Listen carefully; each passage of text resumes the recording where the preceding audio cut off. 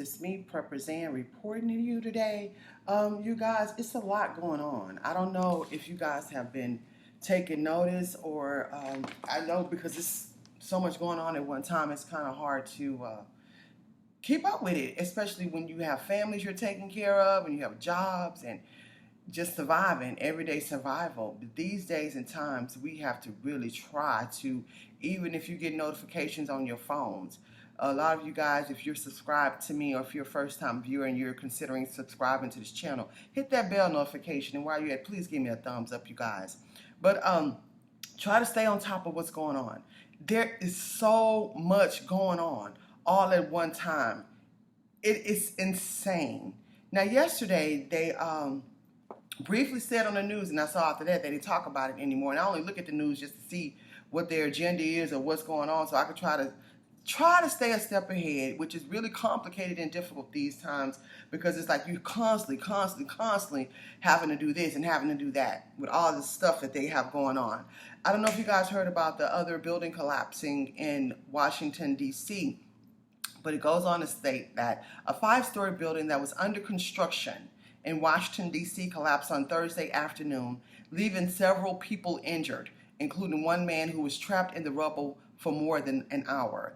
We do not know what caused the collapse, but there was a severe storm passing the area. A spokesperson for DC Fire and EMS told Fox News 2 structures to the right suffered some damage secondary to the collapse, and a vacant structure to the right suffered major damage. 4 people were immediately helped out of the collapsed building and transported to a local hospital. When first responders got to the scene at about 3 p.m., the injuries were not life-threatening, officials said.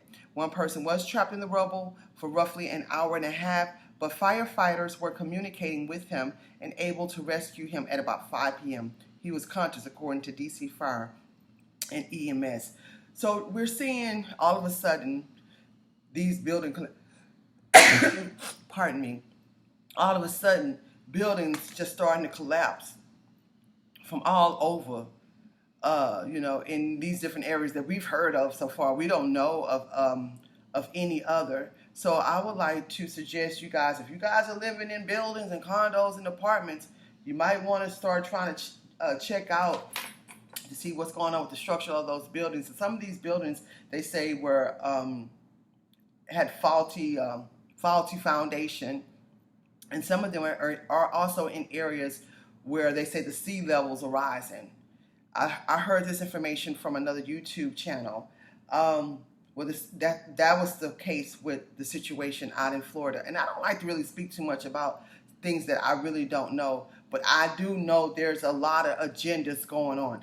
Up here, there was all of a sudden in an area in this region, not so much in the city, I think it was in Connecticut that it occurred, either Connecticut or in Jersey, a tornado just occurred out of nowhere. Those people were not warned, they were not aware, and this is what I'm talking about when I speak about weather manipulation, which one of the viewers corrected me, and he said that it's called weather genetics, about weather genetics, how they could just make these things occur instantly and throw your whole program, your whole structure off. A lot of those homes were just hit with big trees, and the trees collapsed into their homes. And so this is something else now that they have to deal with. You guys, if y'all have trees, huge trees in your yard that could possibly hit your house and affect your house, if I was you guys, I would try to make a plan on how to get that tree taken down. I mean, this is my opinion. I'm from the South, so I went through a lot of hurricanes and tornadoes, and those trees do severe damage, and they also kill people. So I didn't hear about any casualties, but they had a lot of people talk about how all of a sudden they heard like a sudden train noise coming to their neighborhood, and before you know it, all hell broke loose around them. Some of those trees fell on their vehicles were destroyed.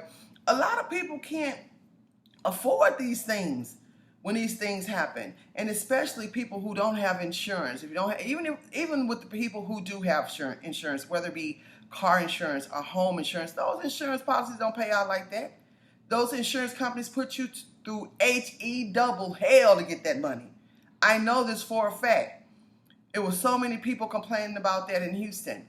Some during Hurricane Harvey, which occurred in 2017, a lot of those people didn't get paid out until earlier this year or late last year. So these things that inconvenience our life, they displace us. A lot of people would have to go stay with other relatives, or completely lose their homes, or stay in hotels, or have to sleep in their cars. So you guys, if you do have trees in your yard that you can't afford, or you can try to get cut down, I would suggest you do so, especially if that tree is in a direction where it can fall on your home or fall on your vehicle.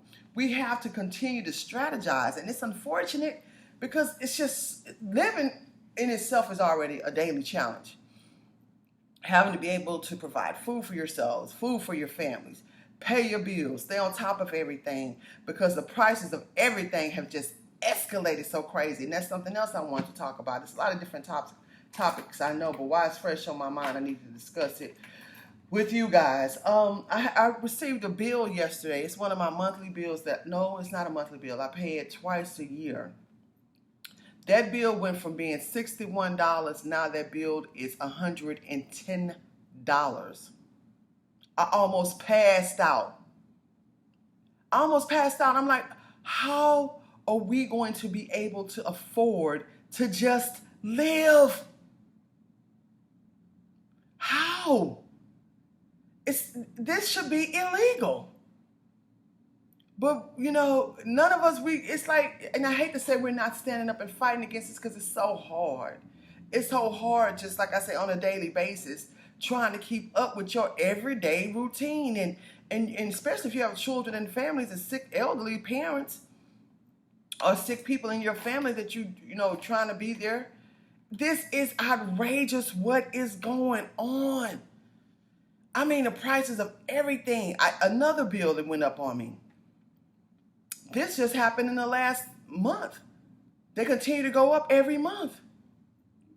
So now I'm sitting with my pen and my pad trying to figure out which bills I need to eliminate.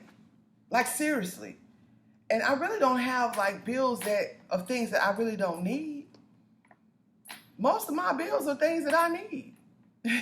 So I'm trying to figure out okay, what do I do? How do I go about doing this? Am I going to have to end up sleeping in my car? I'm serious. These are some of the thoughts that are running in my head. Because of the prices of everything, it's just gone crazy. From the internet prices, to the light bills, to the food. Everything is just, it's out of control.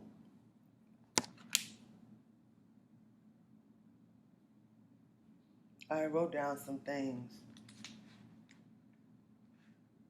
Oh yeah, that's one of the things I was going to talk about, getting a container on the property. But I guess I could talk about that in another. That was one of the things I was considering doing, since the price of lumber has increased significantly. I mean, overpriced, really. Oh my God, it's craziness.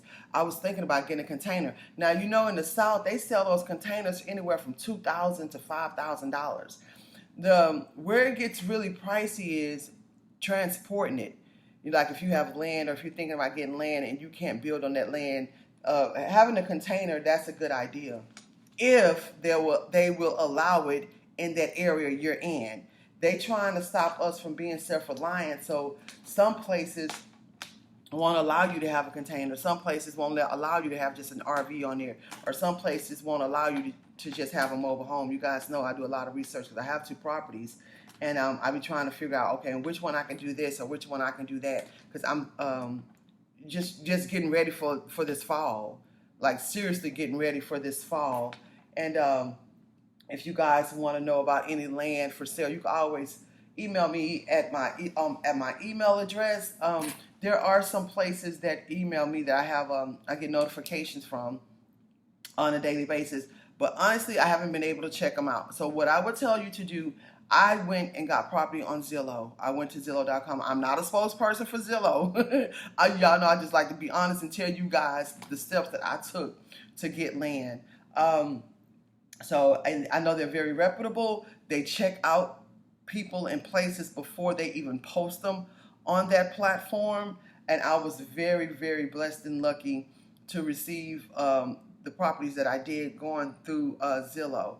And it was right before the pandemic, so it wasn't as costly as they are now. Because these days and times, I would like to suggest you get some land. Like, honestly, they have land where you could put down $500 down, and you could pay less than $250 a month. And if you negotiate, it could be less than that. It depends on what area you're looking into, because y'all, I don't see it getting any better anytime soon.